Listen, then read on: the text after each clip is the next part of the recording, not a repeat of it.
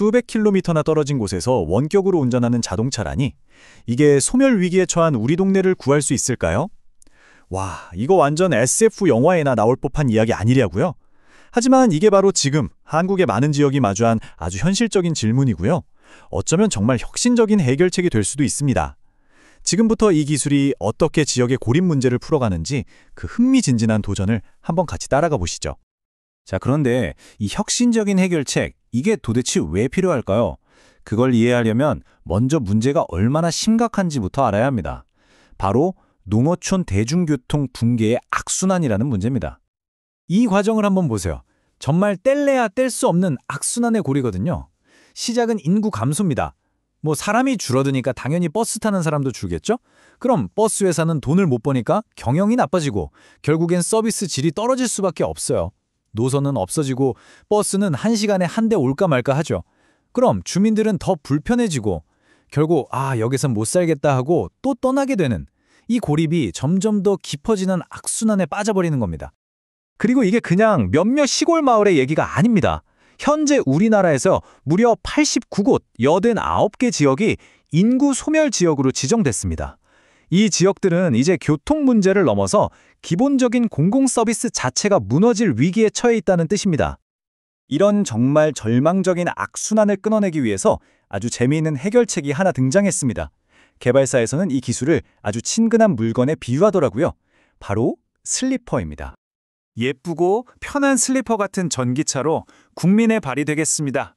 이게 개발사인 클래넌트의 포부인데요. 참 재밌죠? 그러니까 우리가 집 앞에서 슬리퍼 끌고 편하게 다니듯이 누구나 정말 쉽고 가깝게 이용할 수 있는 그런 이동수단을 만들겠다. 바로 이런 의미를 담고 있는 거죠. 그 슬리퍼의 이름이 바로 마실카입니다. 이름도 정겹죠? 마실 간다 할 때 그 마실에서 따온 이름인데요. 마실카는 저속으로 움직이는 원격 제어 모빌리티 서비스예요. 그러니까 저 멀리 중앙관제센터에 앉아있는 운전자가 마치 게임 컨트롤러로 조종하듯이 교통이 불편한 지역에 있는 차를 원격으로 운전해서 주민들을 태워주는 겁니다. 자, 여기서 진짜 중요한 포인트가 나옵니다. 바로 비용이죠. 기존 마을버스가 1년에 한 대 굴리는데 약 2억 8천만 원이 들고요. 요즘 핫한 완전 자율주행차는요? 와, 7억 원이 넘어요. 그런데 마실카를 한번 보세요. 약 1억 2,600만 원. 이 차이 정말 엄청나지 않나요? 네, 기존 버스랑 비교했을 때 운영비를 무려 40% 이상이나 아낄 수 있다는 계산이 나옵니다. 이게 어떻게 가능하냐면 운전기사 한 분이 한 대의 차만 운전하는 게 아니라 관제센터에서 여러 대를 동시에 관리할 수 있으니까 인건비를 획기적으로 줄일 수 있는 거죠. 하지만 여러분도 아시다시피 이렇게 혁신적인 기술이 현실에 딱 적용되려면 꼭 넘어야 할 산이 있습니다. 바로 기존의 법과 제도, 그러니까 규제라는 이름의 거대한 과속방지턱입니다. 경찰청의 유권 해석이 지금 이 상황을 아주 명확하게 보여주는데요. 재밌어요. 자, 청신호가 켜진 부분, 원격 제어도 운전으로 볼 수 있다는 겁니다. 왜냐하면 도로교통법에서 말하는 운전의 개념에 조종이 포함되어 있거든요. 여기까지는 좋죠. 그런데 바로 빨간불이 켜집니다. 마실카라는 이 자체가 아직 자동차관리법상 도로를 달려도 된다는 허가를 못 받은 차종이라는 거예요. 그러니까 운전행위는 맞는데 정작 그 차가 도로에 나올 수가 없다. 정말 아이러니한 상황에 놓인 거죠. 자, 그럼 이 꽉 막힌 규제의 벽을 도대체 어떻게 뚫고 나아갈 수 있을까요? 여기서 이 회사의 아주 영리한 전략이 등장합니다. 하나만 파는 게 아니라 3가지 방향으로 동시에 접근하는 전략인데요. 첫째, 강원도 횡성군 같은 스마트시티 사업에 참여해서 우리 기술을 안전하고 효과적입니다. 이걸 직접 보여주는 거예요. 둘째, 규제 샌드박스라는 제도를 활용해서 일단 한시적으로 규제를 면제받고 서비스를 테스트해보는 거죠. 그리고 마지막으로 강원특별자치도 같은 지방정부랑 손을 잡고 아예 법을 바꾸자고 직접 나서는 겁니다.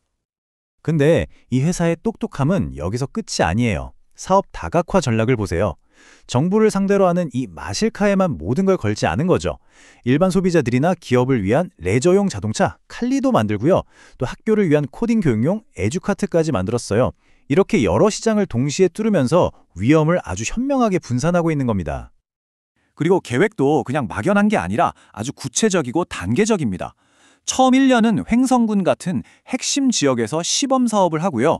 그리고 1, 2년 안에 이걸 5개 지자체로, 차량은 20대로 늘립니다. 여기서 끝이 아니죠.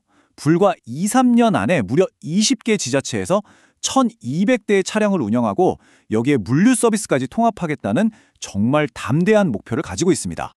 자, 여기서 우리가 정말 중요하게 봐야 할 부분이 있습니다. 이 마실카는요, 그냥 기존의 낡은 버스를 대체하는 그런 단순한 수단이 아니라는 겁니다.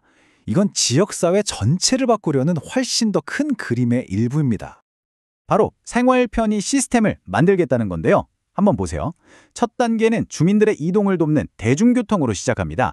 2단계에서는 이걸로 식료품이나 약 같은 걸 배달해주는 지역 물류 서비스까지 하고요.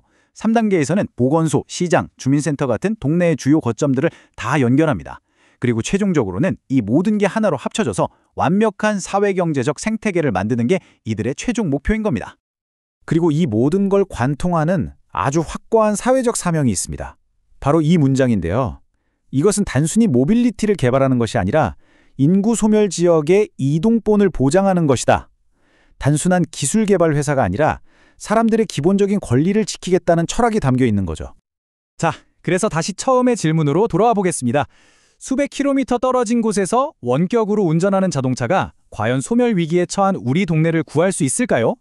이 마실카의 도전은 어쩌면 이 질문에 대한 가장 희망적인 대답이 될지도 모르겠습니다. 기술이 어떻게 사회 문제를 해결하고 우리 삶을 더 나은 방향으로 이끌 수 있는지 앞으로가 더 기대되는 아주 흥미로운 사례가 될 것 같네요.